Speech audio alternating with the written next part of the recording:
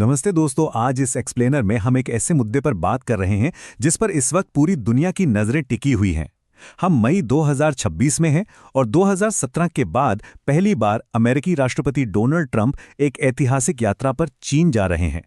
दुनिया इस समय एक गहरे महासंकट से गुजर रही है और ऐसे में एयरफोर्स वन का बीजिंग की तरफ उड़ना कोई साधारण घटना नहीं है। तो चलिए बिना किसी देरी के इस पूरी बिसात को डिकोड करते हैं और समझते हैं कि पर्दे के पीछे आखिर चल क्या रहा है।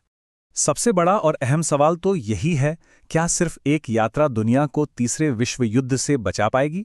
दांव पर बहुत कुछ लगा है दोस्तों। एक तरफ मध्य पूर्व धधक रहा है, ऊर्जा सप्लाई का सबसे अहम रास्ता स्ट्रेट ऑफ हॉर्मुज पूरी तरह से बंद पड़ा है, और दूसरी तरफ ट्रंप अपने साथ अमेरिका के सबसे बड़े कॉरपोरेट दिग्गजों की पूरी फौज लेकर शी जिनपिंग के दरवाजे पर पहुंच रहे हैं। अब जरा इस उड़ान के यात्रियों पर नजर डालिए। ट्रंप इस यात्रा पर अकेले बिल्कुल नहीं है। उनके साथ इलॉन मस्क, टिम कुक और बोइंग के सीईओ सहित 17 दिग्गज मौजूद हैं। लेकिन सबसे ज्यादा चर्चा अगर किसी की हो रही है तो वो हैं एनवीडिया के सीईओ जेनसेन हुआंग। शुरुआत में तो अफवाह ये उड़ी थी कि उन्हें इस यात्रा से बाहर रखा गया है क्योंकि अमेरिका को डर था कि चीन कहीं उनकी $5 ट्रिलियन वाली अत्याधुनिक तकनीक की चोरी ना कर ले। लेकिन इस कहानी में एक बहुत बड़ा ट्विस्ट है और वो इस रहस्यमयी उड़ान मार्ग में छिपा है।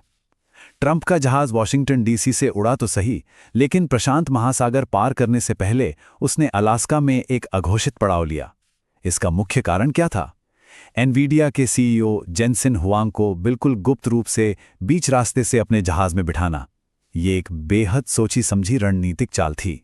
इस पूरे कूटनीति के पीछे के अर्थशास्त्र को अगर समझना हो तो बस 9 लाख करोड़ रुपए के इस विशाल आंकड़े को देख लीजिए।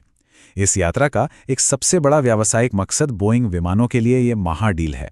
दिलचस्प बात यह है कि ये वही विशाल डील है जो पहले ट्रंप द्वारा ही चीन पर लगाए गए टैरिफ के कारण बीच में रोक दी गई थी, और अब अमेरिकी अर्थव्यवस्था को रफ्तार देने के लिए इसे फिर से शुरू करवाना उनकी मजबूरी बन गया है। अब जरा दोनों देशों के बीच के व्यापारिक गणित को भी समझ लेते हैं। दोनों के बीच कुल व्यापार लगभग $650 बिलियन का है, जिसमें से चीन अकेले $200 बिलियन के व्यापार अधिशेष यानी सीधे सीधे भारी मुनाफे में बैठा है। अमेरिका अब इस व्यापारिक असंतुलन को पाटने के लिए हर मुमकिन कोशिश कर रहा है। लेकिन दोस्तों, व्यापार तो पूरी तस्वीर का सिर्फ एक छोटा सा हिस्सा है। असली महासंकट तो वैश्विक बिसात पर कहीं और चल रहा है, और वो है वैश्विक तेल संकट। अमेरिका और ईरान के बीच बढ़ते युद्ध के कारण मध्य पूर्व का स्ट्रेट ऑफ हॉर्मुज लगभग पूरी तरह से बंद हो चुका है, जिसने पूरी दुनिया में खलबली मचाकर रख दी है। इस संकट की गंभीरता का अंदाजा इसी बात से लगाइए कि दुनिया का 20% हिस्सा, जी हां, पूरी दुनिया का 20% तेल और एलएनजी सप्लाई इसी इकलौते संकरे रास्ते से होकर गुजरता है। इंटरनेशनल एनर्जी एजेंसी के अनुसार इतिहास में आज तक इतना बड़ा सप्लाई डिसरप्शन कभी नहीं देखा गया है। मतलब पूरी दुनिया की ऊर्जा आपूर्ति एक झटके में रुक सी गई है। तो अब इस ऐतिहासिक संकट से निपटने के लिए क्या किया जा रहा है? आसमान छूती तेल की कीमतों को काबू में करने के लिए अमेरिका ने अपने इमरजेंसी रिजर्व से 172 मिलियन बैरल तेल बाजार में फेंक दिया है।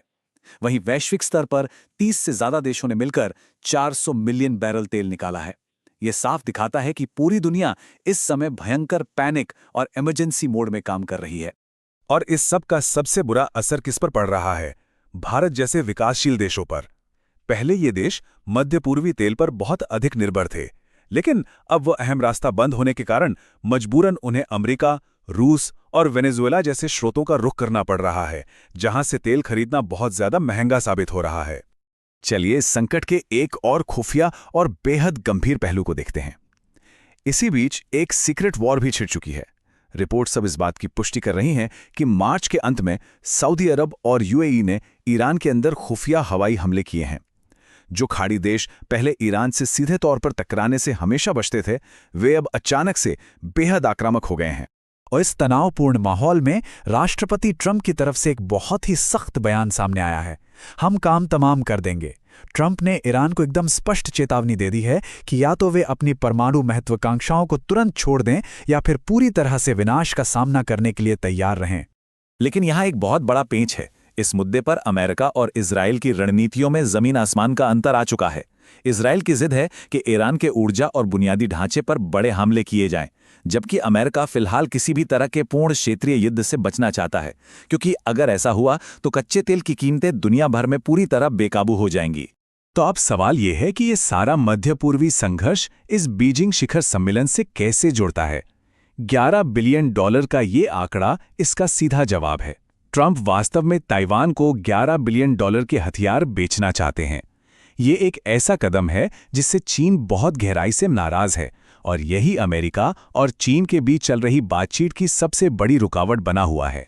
अब देखिए, चीन को ही मुफ्त में तो मध्यपूर्व में मध्यस्थता करने से रहा। वॉशिंगटन में चीनी दूतावास ने अमेरिका को 4 बेहद सख्त शर्तें सौंप दी हैं। ताइवान के मामले में कोई दखलंदाजी नहीं, मानवाधिकारों पर कोई ज्ञान नहीं, चीन की राजनीतिक व्यवस्था पर कोई टिप्पणी नहीं, और चीन के विकास अधिकारों का पूरा सम्मान। बीजिंग का रुख बिल्कुल साफ है, ईरान पर तभी बात होगी जब ये लाल रेखाएं पार नहीं की जाएंगी। तो कुल मिलाकर ये पूरी स्थिति एक बेहद नाजुक और उच्च जोखिम वाले गतिरोध यानी हाई स्टेक स्टैंड ऑफ में बदल चुकी है। एक तरफ अमेरिका की मजबूरी है कि उसे ईरान को शांत करने के लिए चीन के कूटनीतिक प्रभाव की सख्त जरूरत है, और दूसरी तरफ चीन ताइवान को सुरक्षित करने और वैश्विक मंच पर अपनी शर्तें मनवाने के लिए अमेरिका की इसी मजबूरी का पूरा फायदा उठा रहा है। तो चलिए देखते हैं कि दुनिया के लिए इस बीजिंग सम्मेलन के नतीजे क्या हो सकते हैं। अगर ये बातचीत विफल होती है तो मानकर चलिए कि पूरी दुनिया एक भीषण आर्थिक मंदी और एक व्यापक युद्ध की चपेट में आ जाएगी। लेकिन अगर यह सम्मेलन सफल हो जाता है तो रुके हुए तेल व्यापार को फिर से शुरू किया जा सकेगा और मध्य पूर्व में स्थिरता वापस आ सकती है, जो अंत में हमें इस सबसे बड़े और विचारणीय सवाल पर लाकर खड़ा कर देता है। क्या चीन वाकई मध्य पूर्व के इस भयंकर संकट को रोक सकता है, या दुनिया के लिए गहरी वैश्विक मंदी अब किसी भी तरह टाली नहीं जा सकती? नीचे कमेंट्स में अपने विचार जरूर शेयर करें। इन जटिल रणनीतियों को समझना आज की दुनिया में बहुत जरूरी है। इस विश्लेषण से जुड़े रहने के लिए बहुत बहुत धन्यवाद।